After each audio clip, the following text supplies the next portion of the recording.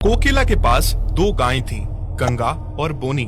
दोनों गायें रिश्ते में बहनें थीं। कोकिला दूर दूर तक इस बात के लिए मशहूर थी कि उसके पास दो नस्ल की गायें हैं, और इस बात से कोकिला को बड़ा ही नाज होता था कि वो अपनी इन गायों की वजह से जगह जगह मशहूर है।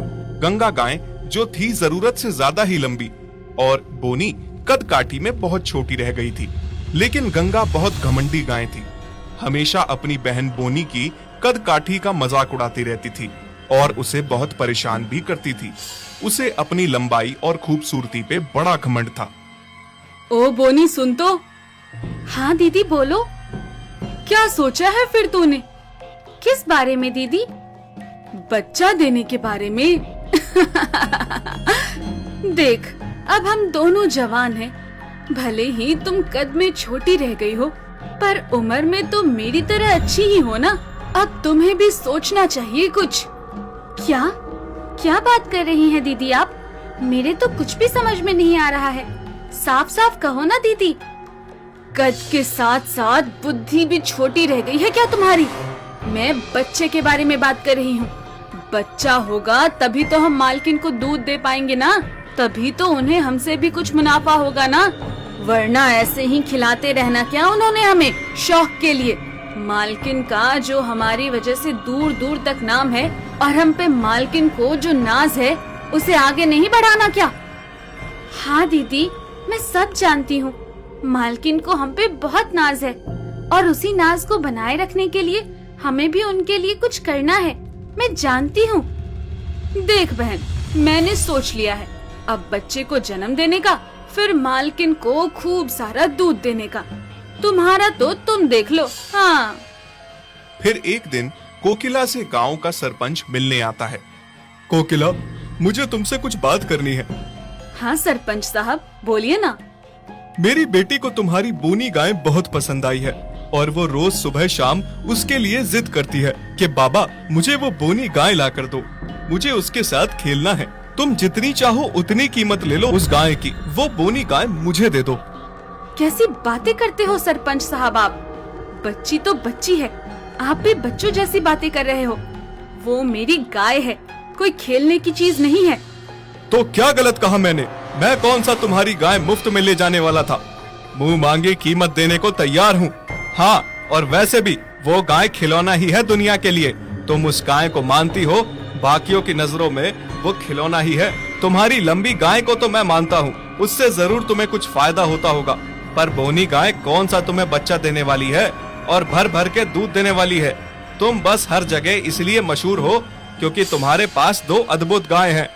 क्यों नहीं देगी वो बच्चा, और क्यों नहीं देगी दूध? वो जरूर मेरी उम्मीदों पे खड़ा उतरेगी।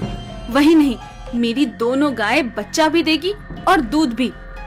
हाँ ठीक है, कभी मेरा प्रस्ताव ठीक लगे तो बता देना, मुंह मांगी कीमत मिलेगी। पीछे खड़ी बोनी सारी बातें सुनती है और बहुत दुखी होती है। मन ही मन सोचती है, कैसा नसीब पाया है मैंने। सारे मुझे गाय नहीं बल्कि खेलने वाला खिलौना समझते हैं।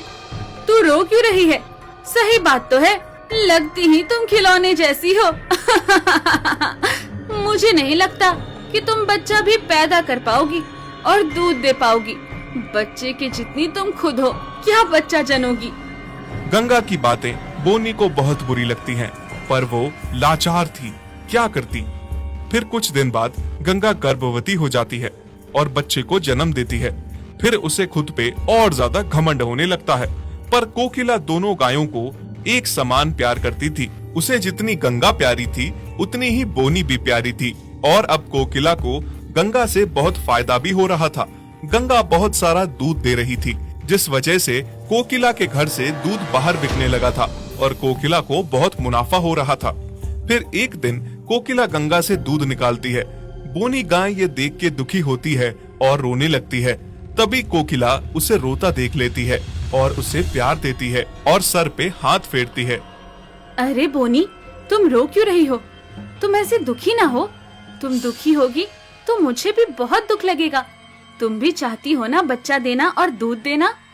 बोनी मालकिन की तरफ सर हिलाती हुई हामी भरती है। कोई बात नहीं, तुम चिंता ना करो, समय रहते सब ठीक हो जाएगा।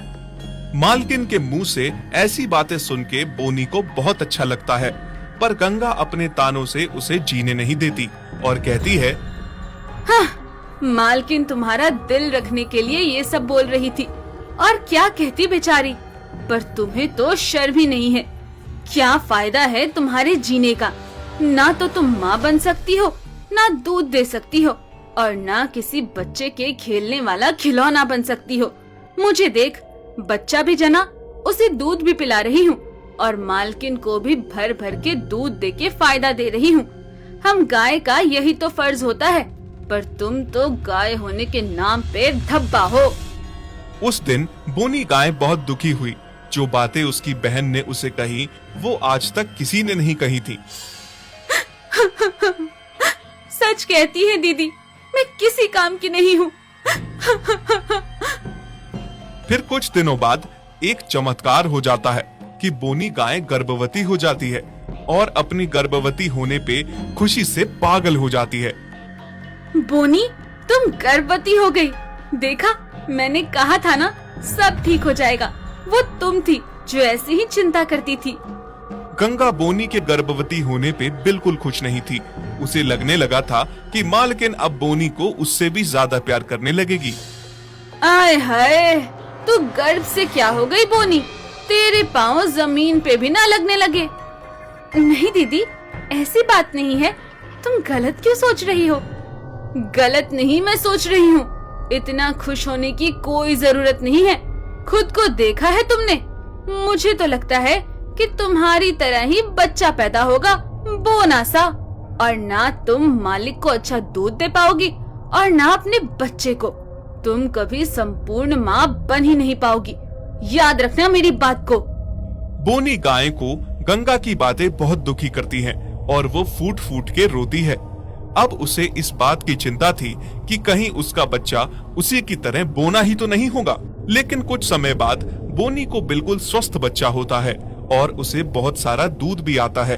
अपने बच्चे को भी भरपेट दूध पिलाती है और अपनी मालकिन को भी बहुत सारा दूध देती है, जिससे उसे बहुत मुनाफा होता है। कोकिला बोनी से बहुत खुश होती है। बस इस बात से गंगा बोनी पे बहुत जलती है। देखा दीदी, आज मैं भी अपने आप में एक संपूर्ण गाय और संपूर्ण माँ हूँ। तभी कुछ ऐसा होता है कि गंगा बहुत बीमार हो जाती है। वो बिल्कुल दूध देना बंद कर देती है। उसका बच्चा बिना दूध के तड़फता है और बहुत रोता है। हाँ मेरे बच्चे, मैं जानती हूँ तुम्हें बहुत भूख लगी है, पर मैं कितनी बदनसीब माँ हूँ। मेरा दूध आके भगवान ने छीन लिया मुझसे। दीदी, अगर तुम चाहो तो मैं तुम्हारे बच्चे को दूध पिला सकती हूँ। मेरे पास बहुत सारा दूध है। क्या तुम मेरे बच्चे को दूध पिलाओगी? कितनी अच्छी हो तुम। मैंने तुम्हें कितना सुनाया, कितने ताने मारे, फिर भी तुम मेरे बच्चे को दूध पिला रही हो। सच में तुम अपने आप में एक संपूर्ण माँ हो। उसके बाद बोनी गाय अपने बच्चे के साथ साथ गंगा के बच्चे को भी दूध पिलाती है। उसके बाद जो दूध बचता था वो अपनी मालकिन कोकिला को देती थी। गाय के आंसू। ये कहानी है राम और उसकी पत्नी मीना की। राम और मीना एक गांव में खुशहाल जीवन व्यतीत कर रहे थे। उनके 2 बच्चे और उनके पास एक बहुत ही सुंदर प्यारी सी गाय, जिसका नाम उन्होंने रूपा रखा था। वो दोनों उसे बहुत ही अच्छे से रखते थे। रूपा भी बहुत ज्यादा दूध देती थी, जिसे राम बेचने भी जाता था और घर में भी वो सब पीते थे। एक दिन मीना बोलती है, अजी सुनते हो, ये हमारी गाय तो बड़ी ही भाग्यशाली है। जब से आई है हमारे घर में किसी चीज की कमी नहीं है। दूध भी इतना ज्यादा देती है कि हम अच्छे दामों में इसका दूध बेच भी देते हैं और घर में दूध दही की भी कमी नहीं रहती है। बच्चे भी बड़े आराम से दूध दही पीते हैं। हाँ, ये तो तुम सही कह रही हो भाग्यवान। हमारी रूपा बड़ी ही अच्छी तंदुरुस्त गाय है। तुम्हें पता है, अभी दूसरे गांव का एक आदमी इसकी कीमत भी लगा रहा था, लेकिन मैंने तो साफ साफ बेचने से मना कर दिया कि भाई मैं अपनी इतनी अच्छी गाय को क्यों बेचूं? जी आपने बिल्कुल सही किया। हम भला अपनी गाय को क्यों बेचेंगे? इसके तो कोई दुगने भी दाम लगाएगा तो भी मैं इसे कहीं नहीं जाने दूंगी। अरे भाग्यवान, तुम चिंता मत करो, मैं रूपा को कहीं नहीं बेच रहा हूँ, वो हमारे साथ ही रहेगी। राम और उसकी पत्नी रूपा से बहुत खुश थे, लेकिन कहते हैं ना, कभी हमें अपनी ही नजर लग जाती है। राम और मीना के साथ भी कुछ ऐसा ही हुआ। शायद उन्हें अपनी ही बातों की नजर लग गई। एक दिन रूपा घास चरने के लिए दूसरे गांव जा रही थी। अचानक से सड़क पर जा रही एक गाड़ी ने रूपा को जोर से टक्कर मार दी, जिस वजह से रूपा बुरी तरह से घायल हो गई और उसे बहुत चोट आई। जैसे तैसे लोगों ने उसको राम के घर पहुंचवा दिया। अरे राम भाई, राम, देखो ये तुम्हारी गाय सड़क पर घायल पड़ी थी। मैं अपनी बग्गी में इसे डाल कर ले आया हूँ, तुम इसका इलाज करवा लो, ये बहुत घायल है। अरे ये क्या हुआ, मेरी रूपा को इतनी चोट कैसे आ गई? भाई कुछ बताओगे, क्या हुआ? ये तो चारा खाने गई थी, रोज तो समय से वापस आ जाती है, आज ये सब कैसे हो गया? अरे भैया, मुझे नहीं पता, पर आसपास के लोग कह रहे थे कि कोई गाड़ी जा रही थी जिसने रूपा को टक्कर मार दी, जिस वजह से ये घायल हो गई है। मेरा काम था इसे यहाँ तक पहुँचाना, मैंने पहुँचा दिया। अब तुम जानो, तुम्हारा काम जाने। मेरी मानो तो एक अच्छे से डॉक्टर को बुलवाकर इसका इलाज करवा लो। राम डॉक्टर को बुलाता है और रूपा को दिखाता है। डॉक्टर रूपा को अच्छे से मरहम पट्टी करते हैं और राम को कहते हैं, भैया मैंने मरहम पट्टी कर दी और कुछ दिनों के बाद ये ठीक हो जाएगी, लेकिन आज के बाद ये दूध नहीं देगी। इसको अंदरूनी चोट है, जिस वजह से अब ये कभी दूध नहीं देगी। अब ये बेकार हो चुकी है। राम को ये बात सुनकर बहुत धक्का लगा। डॉक्टर ये बात कहकर वहाँ से चला गया।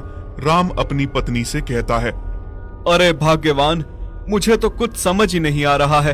डॉक्टर बोल रहे थे कि अब रूपा कभी दूध नहीं देगी और अभी तो इसके लिए चारा भी मुझे ही लाना होगा, क्योंकि अभी ये खुद से चारा खाने भी नहीं जा सकती है। और इतना खर्चा क्यों करना? मैं सोच रहा हूँ कि अब इसे छोड़ दूं। हाँ जी, बिल्कुल सही कह रहे हो। रोज इसे चारा कहाँ से लाकर खिलाएंगे? इससे तो बढ़िया इसे छोड़ देते हैं। मीना और राम रूपा को बाहर सड़क पर घायल ही छोड़ देते हैं। रूपा चल भी नहीं पा रही थी और वो दर दर भटक रही थी। गिरती पड़ती वो घूमती रहती थी और किसी से कुछ बोल भी नहीं पाती थी, लेकिन उसकी आंखों से आंसू टपक रहे थे। वो बोलती है, हे भगवान, ये क्या हो गया? जिससे मैंने अपना परिवार समझा था, उन्होंने बुरे समय में मुझे छोड़ दिया। अब मैं उनके लिए कुछ भी नहीं हूँ। जब तक मैं उनके घर में कमाई का जरिया थी, तो वो लोग मुझे इतना प्यार करते थे कि मुझे बेचने के लिए भी तैयार नहीं थे। आज घायल हो गई हूँ और उन लोगों के किसी काम की नहीं हूँ, तो उन्होंने मुझे सड़क पर मरने के लिए छोड़ दिया। ये बोलकर वो रो रही होती है। तभी वहाँ से एक छोटी बच्ची गुजर रही होती है। वो रूपा को रोते हुए देखती है और उसे घायल देखकर कहती है, क्या हुआ गाय माता, आप रो क्यों रही हो? क्या आपका भी इस दुनिया में मेरी तरह कोई नहीं है? मैं भी ऐसे ही रोती रहती हूँ। मेरी माँ और पापा कोई भी नहीं है। क्या आपका भी कोई नहीं है? और ये आपको चोट कैसे लगी? छोटी बच्ची गाय माता से बातें कर रही थी। गाय माता गर्दन हिला रही थी, मानो उसे कोई बहुत प्यार कर रहा हो, लेकिन वो बोल नहीं पा रही थी और छोटी बच्ची उसके सर पर हाथ फेर रही थी। गाय माता को उससे बहुत आराम पड़ रहा था। छोटी बच्ची को रूपा पर बहुत तरस आता है और वो उसे अपने साथ चलने के लिए कहती है। गाय माता, तुम्हारे तो चोट भी बहुत है, मैं तुम्हें यहाँ नहीं छोड़ सकती। तुम एक काम करो, मेरे साथ चलो। मैं यहीं अनाथ आश्रम में रहती हूँ। मैं वहाँ पर अपने अंकल से बात कर लूंगी और तुम वहीं मेरे साथ रह लेना। तुम्हें वो अंदर तो आने नहीं देंगे, लेकिन तुम अनाथ आश्रम के बाहर रह लेना। मैं तुम्हें वहीं खाने के लिए दे दिया करूँगी। छोटी सी बच्ची, जिसका नाम पिंकी था, वो उसे अपने अनाथ आश्रम में ले आती है और वहाँ जाकर अपने अनाथ आश्रम के मालिक से कहती है, अंकल, ये गौ माता बहुत बीमार है, इसको चोट भी आई है। हमारी तरह इसका भी मुझे लगता है कोई नहीं है। आप प्लीज इसे यहाँ नीचे रहने दीजिए। मैं इसको खाना खिला दिया करूँगी और इसके मरहम पट्टी भी कर दूंगी। प्लीज अंकल, इसे यहाँ रहने दीजिए। अनाथ आश्रम का मालिक भी बहुत अच्छा आदमी होता है और पिंकी से बहुत ज्यादा प्यार करता है, तो वो रूपा को नीचे रहने की परमिशन दे देता है। रूपा अनाथ आश्रम के बाहर गेट के पास बैठ जाती है। पिंकी थोड़ी थोड़ी देर में आकर रूपा की मरहम पट्टी करती है और उसे खाना लाकर देती है और ज्यादातर समय रूपा के साथ ही बिताती है। दोनों में बहुत प्यार हो जाता है। दोनों एक दूसरे से बातें करते रहते हैं। पिंकी अपनी मन की सारी बात रूपा को बताती है। रूपा, तुम्हें पता है, मुझे बहुत बुरा लगता है जब मैं देखती हूँ कि सब बच्चों के मम्मी पापा हैं और मेरा कोई नहीं है। गौ माता भी उसकी हर बात पर सर हिलाकर जवाब देती है, क्योंकि वो खुद भी परिवार से अलग होने का दर्द समझती थी, लेकिन अब पिंकी ही उसका परिवार थी। कुछ समय बाद रूपा के मालिक मीणा और राम नौ देवी की पूजा करते हैं और कन्या को भोजन कराते हैं और गौ माता के भोजन के लिए जाते हैं। लेकिन वह जितनी भी गाय माता को भोजन करवाना चाहते हैं, उनका कोई भी गौ माता भोजन नहीं करती। यह देखकर वो दोनों बहुत परेशान हो जाते हैं। क्या बात है मीणा, हमारे घर का खाना कोई भी गाय क्यों नहीं खा रही है? ऐसे तो हमारी पूजा पूरी नहीं होगी। अगर गौ माता हमारे घर का खाना नहीं खाएगी, इस बात से क्या जाहिर होता है? क्या माता हमसे खुश नहीं है क्या? हमारी पूजा में कोई कमी रह गई है? जी मुझे नहीं पता, मैं भी बहुत परेशान हूँ कि कोई भी गाय माता हमारा खाना क्यों नहीं खा रही है। ऐसे तो हमारी पूजा सफल नहीं होगी। अब हम क्या करेंगे? वे दोनों पूरी कोशिश करते हैं, हर गाय के पास जाते हैं और उन्हें भोजन कराने की कोशिश करते हैं, पर कोई भी गाय उनका भोजन नहीं खाती। वो आदमी उन्हें मिलता है जो रूपा को घायल उसके घर लाया था और वो ये देखकर कहता है, भाई राम, कोई भी गाय माता तेरा खाना नहीं खाएगी, क्योंकि तूने एक गाय का अपमान किया था। तूने अपनी घायल गाय को, जो तुझे इतना प्यार करती थी, जो तेरे घर में खुशहाली का कारण थी, तूने उसको बुरे समय में छोड़ दिया, क्योंकि वो दूध नहीं देती और तेरा उसे रखने का कोई फायदा नहीं होता। तूने अपने मतलब के लिए उसे घर से ही निकाल दिया था, तो कोई तेरे घर का खाना कैसे खा सकती है? बता। उस आदमी की बात सुनकर राम को अपनी गलती का एहसास होता है और वह रूपा को ढूंढना शुरू कर देता है। रूपा उसे कहीं नहीं मिलती और उस छोटी बच्ची को एक बहुत अच्छा परिवार अडॉप्ट करने के लिए आ जाता है। अंकल आंटी, मैं बहुत खुश हूँ कि आप दोनों ने मुझे अपना नाम दिया और अपने परिवार में मुझे लेकर जा रहे हो। लेकिन मैं आप लोगों के साथ एक ही शर्त पर चल सकती हूँ। ये मेरी गाय है जिसका नाम रूपा है और मैं इसके साथ ही आपके घर जा सकती हूँ। अगर आप मेरे साथ मेरी रूपा को भी लेकर चलोगे तो ही मैं आपके साथ चलूंगी। वो परिवार रूपा और पिंकी को अपने साथ ले जाता है और दोनों वहीं रहती हैं। जिस शहर में वो जाते हैं, वहीं पर मीणा और राम रूपा को ढूंढ रहे थे। उनकी नजर रूपा पर पड़ी तो वो उसे रोककर रूपा से माफी मांगते हैं। रूपा, हमें माफ कर दो, हमने तुम्हारे साथ बहुत बुरा किया।